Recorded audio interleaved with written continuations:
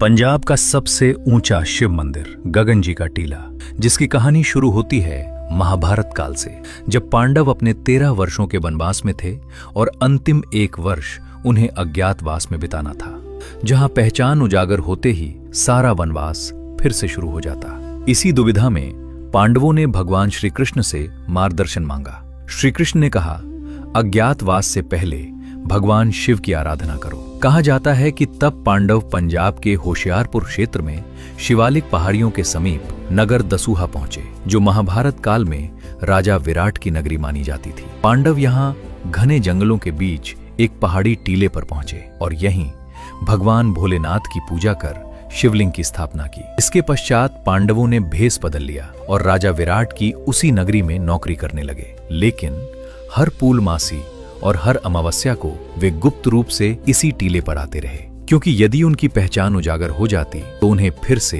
13 वर्षों का वनवास झेलना पड़ता। समय बीतता गया, युग बदले और फिर आया कलयुग। कहा जाता है कि हिमाचल का एक राजा इस टीले के पास से गुजर रहा था। उसे आभास हुआ कि इस टीले पर कुछ दिव्य है। जब वो ऊपर पहुंचा, उसकी आंखों के सामने शिवलिंग के दर्शन हुए। उस राजा की कोई संतान नहीं थी। उसने भोलेनाथ से प्रार्थना की, यदि मुझे संतान प्राप्त हुई, मैं यहाँ एक भव्य मंदिर बनवाऊंगा। कहा जाता है कि भगवान शिव की कृपा से राजा के घर एक पुत्री ने जन्म लिया, जिसका नाम रखा गया गगन, और तभी से इस पवित्र स्थान को कहा जाने लगा गगन जी का टीला।